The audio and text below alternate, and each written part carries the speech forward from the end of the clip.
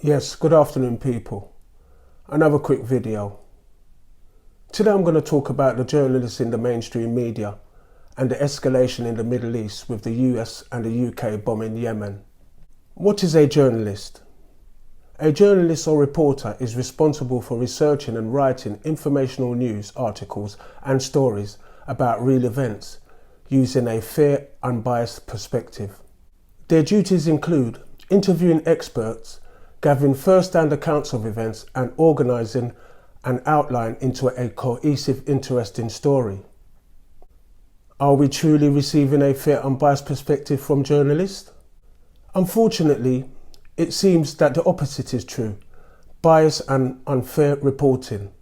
Despite the passage of 100 days since the Israeli bombing of Gaza, there are still journalists who cannot condone the Israelis' actions. It begs the question: do they genuinely hold this belief, or are they simply conforming to the expected narrative?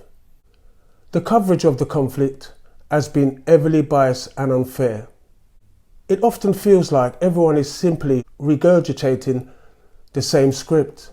While this may be the case, I will refrain from delving into that topic in this particular video. What I've noticed is virtually all the reporting on the Israel-Hamas conflict that I've listened to, whether it's LBC, BBC, Sky News, Channel 4 News, there is hardly any criticism of the Israeli actions, regardless of what they do. LBC reporters have got to be the worst for unfair, biased journalism. Nick Ferrari, Sheila Fogarty, Tom Swarbrick and Ewell Dale.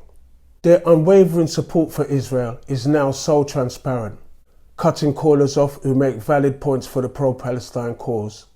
I will say, James O'Brien is the only journalist who gives the pro-Palestine callers a fair crack.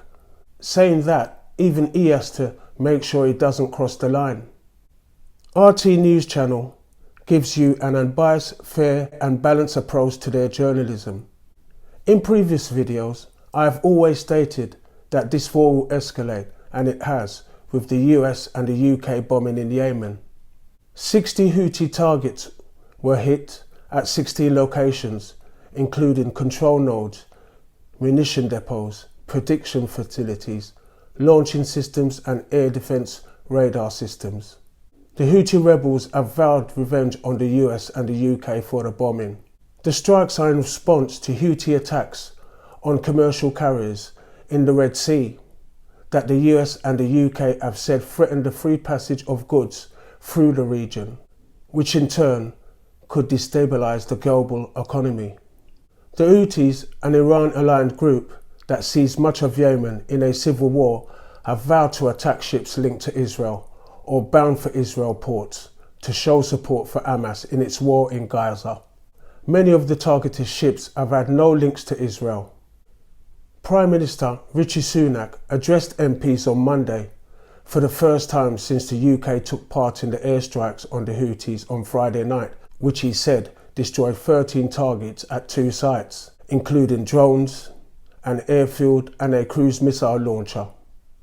Rishi Sunak has said the UK is willing to take military action against the Houthi rebels again, hours after the Yemen-based group fired another missile at a container ship in the Red Sea. Was this self-defense or another case of the UK blindly following the Americans? I'll say it's the latter. South Africa has brought its case against Israel for genocide to the International Court of Justice, the ICJ, in The Hague, with the full support of the Global South. However, Israel has responded by accusing South Africa of presenting a biased and distorted view of the hostilities, similar to that of Hamas. Israel has also questioned the legitimacy of the case and labelled South Africa as Hamas sympathisers. And I'll end with this. It is clear that the West's reputation on the world stage has been greatly diminished. Their double standard and hypocrisy are glaringly obvious, and it is unlikely that they will be able to recover from this. The global landscape is shifting and nations are no longer willing to tolerate aggressive tactics employed by the US and the UK. Thanks for watching.